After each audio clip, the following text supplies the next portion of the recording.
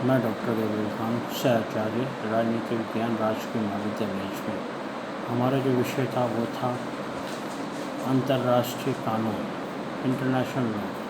अंतर्राष्ट्रीय कानून में हमने अंतर्राष्ट्रीय कानून के विपक्ष में दिए गए तर्क को कर लिया था और हम कर रहे थे अंतर्राष्ट्रीय कानून के पक्ष में दिए गए तर्क। जिन विद्वानों ने अंतर्राष्ट्रीय कानून को कानून माना है और उसके पक्ष में तर्क दिए हैं, उनकी हम परिभाषाएं कर रहे थे, उनको हम समझने की कोशिश कर रहे थे।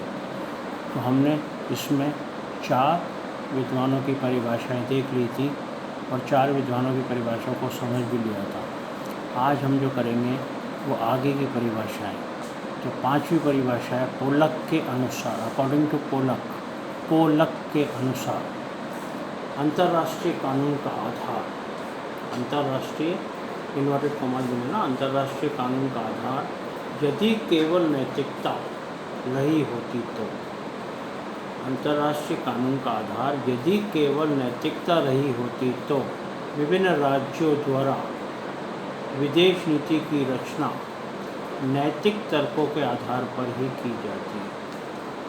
विदेश नीति की रचना नैतिक तर्कों के आधार पर ही की जाती, किंतु वास्तव में ऐसा नहीं होता है। वास्तव में ऐसा नहीं होता है। विभिन्न राष्ट्र जब किसी बात का औचित्य सिद्ध करना चाहते हैं, विभिन्न राष्ट्र जब किसी बात का औचित्य सिद्ध करना चाहते हैं तो इसके लिए वे नैतिक भावनाओं का सहारा नहीं लेते, नैतिक भावनाओं का सहारा नहीं लेते हैं, अपितु पहले जो उदाहरण दिए गए, पहले के उदाहरण संधियों एवं विशेषज्ञों की सम्मतियों का सहारा लेते हैं, विशेषज्ञों की सम्मतियों का सहारा लेते हैं। इसी में है कानून का अस्तित्व के लिए आवश्यक शर्त यह है कि कानून का अस्तित्व के लिए आवश्यक शर्त यह है कि एक राजनीतिक समुदाय होना चाहिए, एक राजनीतिक समुदाय होना चाहिए और इसके सदस्यों को समझना चाहिए, इसके जितने भी सदस्यों को समझना चाहिए कि उन्हें आवश्यक रूप से कुछ नियमों का पालन करना है, उन्हें आवश्यक रूप से कुछ नियमों का पालन करना है। इन्वर्टेड कॉमास बंद कर देना। ये थी पोलक की परिभाषा। पोलक ने क्या कहा है? पोलक ने क्या कहा है? पोलक ने कहा है कि यदि अंतर्राष्ट्रीय कानून का आधार केवल नैतिकता होती तो, केवल नैतिकता के आधार पर, जैसा कि विपक्ष के विद्वान कहते हैं कि नैतिकता है इसका आधार, तो ये कह रहे हैं पोलक कि यदि नैतिकता होती तो या नैतिकता रही होती तो विभिन्न राज्यों द्वारा विदेश नीति की रचना, जितने भी राष्ट्र हैं वो अपनी विदेश नीति की रचना नैतिक आधारों पर करते, विदेश नीति की रचना नैतिक आधारों पर करते, जो कि वास्तव में नहीं होती है। नैतिक आधारों पर विदेश नीति की रचना नहीं होती है। विभिन्न राष्ट्र जब किसी बात का औचित्य सिद्ध करना चाहते हैं, विभिन्न राष्ट्र जब अपनी किसी बात का औचित्य सिद्ध करना चाहते हैं तो वो क्या करते हैं?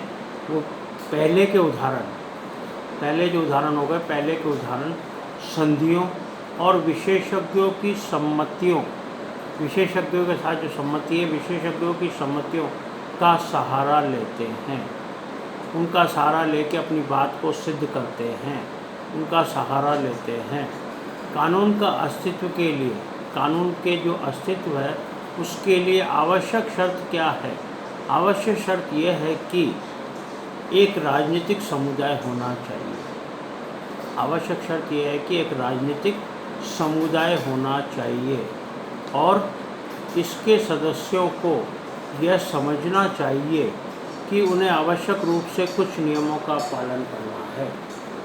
उसके सदस्य जो हैं उनको ये समझना चाहिए कि उनको कुछ नियमों का पालन करना है।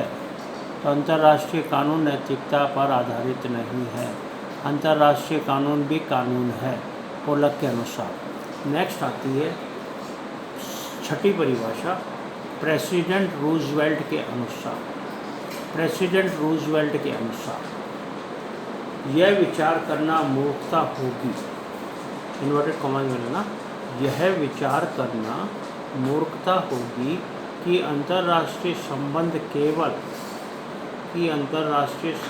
केवल बलपूर्वक ही मनवाए जाते हैं, अंतर्राष्ट्रीय संबंध केवल बलपूर्वक ही मनवाए जाते हैं तथा राजनीतिज्ञ अधिकार कानून और न्याय से प्रभावित नहीं होते हैं, तथा राजनीतिज्ञ अधिकार कानून और न्याय से प्रभावित नहीं होते हैं, इनसे प्रभावित नहीं होते हैं। तो प्रेसिडेंट इन्वर्टेड कॉमा में कर देना, प्रेसिडेंट रूजवेल्ट ने क्या कहा, यदि ये विचार करते हैं तो मूर्खता होगी। कौन सा विचार? यदि ये विचार करते हैं तो मूर्खता होगी। कौन सा विचार? कि अंतर्राष्ट्रीय संबंध केवल बलपूर्वक ही मनवाए जाते हैं, कि अंतर्राष्ट्रीय संबंध केवल बलपूर्वक, बल के द्वारा ही मनवाए जाते हैं तथा राजनीतिज्ञ अधिकार, राजनीतिक के जो अधिकार हैं, राजनीतिज्ञ अधिकार कानून और न्याय से प्रभावित नहीं होते, राजनीतिक अधिकार कानून और न्याय से प्रभावित नहीं होते हैं। ये थी प्रेसिडेंट रूजवेल्ट की परिभाषा। अब आती है 7वीं परिभाषा स्टार्क के अनुसार। स्टार्क ने क्या कहा? स्टार्क ने भी ऑस्टिन के मत की निम्न तर्कों के आधार पर, ऑस्टिन का जो मत था उसको विभिन्न तर्कों के आधार पर आलोचना करते हुए अंतर्राष्ट्रीय कानून का समर्थन किया है।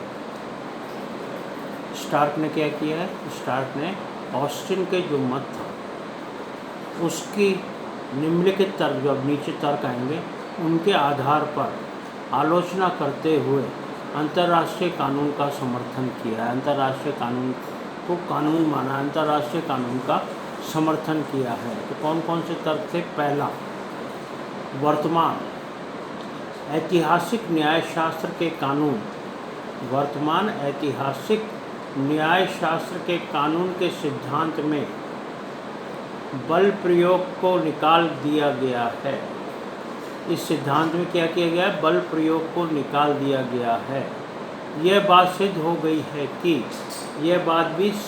गई है कि बहुत से राज्यों में इस प्रकार के कानून माने जाते हैं, बहुत से राज्यों में इस प्रकार के कानून अभी भी माने जाते हैं जिनका निर्माण उन राज्यों की व्यवस्थापिका द्वारा नहीं हुआ है, जिनका निर्माण उन राज्यों की व्यवस्थापिका द्वारा नहीं हुआ है। ये पहला पॉइंट था। पहला पॉइंट क्या था? पहला पॉइंट ये है, वर्तमान ऐतिहासिक न्यायशास्त्र में कानून के सिद्धांत में बल का प्रयोग, कानून के सिद्धांत में बल का प्रयोग को निकाल दिया गया, यानी कि अब बल का प्रयोग नहीं किया जाता है। न्याय सिद्धांत जो था, न्यायशास्त्र जो था, उसमें बल के प्रयोग को निकाल दिया गया है। ये बात भी सिद्ध हो गई है कि, ये बात भी सिद्ध हो चुकी है कि बहुत से राज्य, अधिकतर राज्य, बहुत से राज्य इस प्रकार के कानून माने जाते हैं। बहुत से राज्यों में इस प्रकार के कानून हैं, बहुत से राज्यों में इस प्रकार के कानून हैं जिनका निर्माण उन राज्यों की व्यवस्थापिका द्वारा नहीं हुआ है, जिनका निर्माण उन राज्यों की व्यवस्थापिका ने नहीं किया है। पहला पॉइंट। दूसरा पॉइंट, ऑस्टिन का सिद्धांत। ऑस्टिन का सिद्धांत उस समय में कदाचित ठीक हो, परंतु वर्तमान समय में ठीक नहीं। ऑस्टिन ने जो सिद्धांत दिया था वो उसके समय में ठीक हो सकता है, परंतु आज के समय में ठीक नहीं है, वर्तमान समय में ठीक नहीं है। पिछली अर्ध शताब्दी में अनेक अंतर्राष्ट्रीय विधियां अस्तित्व में आ गई हैं। पिछली जो अर्ध शताब्दी है, आधी शताब्दी जो है, उसमें अनेक प्रकार की अंतर्राष्ट्रीय विधियां अपने अस्तित्व में आ गई हैं। यह विधियां, ये जो अस्तित्व में आई हैं विधियां, ये विधियां अनेक समझौते और संधियों के फलस्वरूप अस्तित्व में आई हैं। ये विधियां जो है ये अनेक समझौतों और संधियों के फलस्वरूप अस्तित्व में आई हैं। अनेक समझौतों और संधियों के फलस्वरूप अपने अस्तित्व में आई हैं। ये था दूसरा पॉइंट। क्या था दूसरा पॉइंट? ऑस्टिन का सिद्धांत उसके समय में ठीक हो सकता था, परंतु वर्तमान समय में ठीक नहीं है, क्योंकि पिछली जो अर्ध शताब्दी निकली उसमें अनेक अंतर्राष्ट्रीय विधियां अस्तित्व में आ गई हैं। अनेक अंतर्राष्ट्रीय विधियां अपने अस्तित्व में आ गई और ये विधियां अनेक समझौतों और संधियों के फलस्वरूप अस्तित्व में आई हैं। अनेक समझौतों और संधियों के फलस्वरूप अपने अस्तित्व में आई हैं। तीसरा पॉइंट क्या है? अंतर्राष्ट्रीय प्रश्नों को सदैव वैधानिक विधियों के समान मान्यता दी जाती है। अंतर्राष्ट्रीय प्रश्न जो हैं उनको सदैव ही वैधानिक विधियों के समान मान्यता दी जाती है। वैधानिक विधि, कॉन्स्टिट्यूशनल वैधानिक विधियों के समान मान्यता दी जाती है। विभिन्न राष्ट्रीय सरकारों और विदेशी कार्यालयों विभिन्न राष्ट्रीय सरकारों और विदेशी कार्यालयों के अंतर्राष्ट्रीय कार्यों में सदा इन बातों को विधि के समान ही मान्यता दी जाती है। किसमें? विभिन्न राष्ट्रीय सरकारों और विदेशी कार्यालयों के अंतर्राष्ट्रीय कार्यों में, जो अंतर्राष्ट्रीय कार्य उनमें सदा इन बातों को विधि के समान ही मान्यता दी जाती है, विधि के समान ही मान्यता प्रदान की जाती है। ये था 7वां पॉइंट। 8वां पॉइंट आता है हॉल व लॉरेंस के अनुसार। हॉल व लॉरेंस आधुनिक लेखकों ने, हॉल्स व लॉरेंस क्या आधुनिक लेखक हैं, इन्होंने अंतर्राष्ट्रीय विधि को वास्तविक विधि के रूप दिया है। अंतर्राष्ट्रीय विधि को वास्तविक विधि का रूप दिया, वास्तविक विधि माना है। इन लेखकों ने अंतर्राष्ट्रीय कानून को कानून मानकर ही अपने ग्रंथ लिखे हैं। जितने ये जो लेखक हैं इन्होंने अंतर्राष्ट्रीय कानून को कानून मानकर ही अपने ग्रंथ लिखे हैं। हॉल ने अंतर्राष्ट्रीय नियमों को कानून मानने के पक्ष में महत्वपूर्ण तर्क दिए हैं। हॉल ने अंतर्राष्ट्रीय कानून को कानून मानने के पक्ष में महत्वपूर्ण तर्क दिए हैं, महत्वपूर्ण तर्क प्रस्तुत किए हैं। कौन कौन से हैं? पहला, विभिन्न राज्यों और विधि शास्त्रों, विभिन्न राज्य और विधि शास्त्र अंतर्राष्ट्रीय नियमों को कानून समझते हैं। विभिन्न विधि शास्त्र और राज्य अंतर्राष्ट्रीय कानून को, अंतर्राष्ट्रीय नियमों को कानून समझते हैं और इसी रूप में वर्णन करते रहे हैं। पहला पॉइंट, विभिन्न राष्ट्र जो हैं और विधि शास्त्र अंतर्राष्ट्रीय कानून को, अंतर्राष्ट्रीय नियमों को क्या समझते हैं? कानून मानते हैं। अंतर्राष्ट्रीय नियमों को कानून मानते हैं और अंतर्राष्ट्रीय नियमों को कानून मानते हैं तथा इसी रूप में इसका वर्णन भी करते हैं, दूसरा पॉइंट, अंतर्राष्ट्रीय कानून के सिद्धांतों का विकास कानूनी तर्कों के आधार पर होता है। अंतर्राष्ट्रीय कानून के सिद्धांत जो है उनका विकास कानूनी तर्कों के आधार पर होता है। उसका विकास वैसे नहीं होता, कानूनी तर्कों के आधार पर होता है। तीसरा पॉइंट, अंतर्राष्ट्रीय विवादों का पूर्व उदाहरण, प्रेसिडेंट्स, अंतर्राष्ट्रीय विवादों का पूर्ण उदाहरण का कानूनी तौर पर प्रयोग किया जाता है। पूर्ण उदाहरण का कानूनी तौर पर प्रयोग किया जाता है। अंतर्राष्ट्रीय विवादों में जो पूर्व के उदाहरण हैं उनका कानूनी तौर पर प्रयोग किया जाता है, कानूनी तौर पर उनका प्रयोग किया जाता है। चौथा पॉइंट, जिन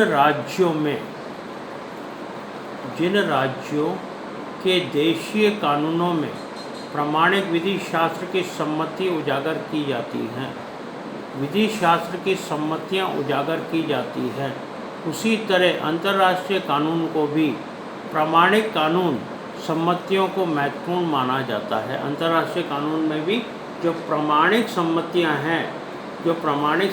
हैं विधि शास्त्रियों की, उनको महत्वपूर्ण माना जाता है। और नेक्स्ट पॉइंट है अंतर्राष्ट्रीय कानून के उल्लंघनकर्ता राज्य। ऐसे राज्य जो अंतर्राष्ट्रीय कानून का उल्लंघन करते हैं, अंतर्राष्ट्रीय कानून के उल्लंघनकर्ता राज्यों के आचरण की आलोचना प्राय कानूनी दृष्टि से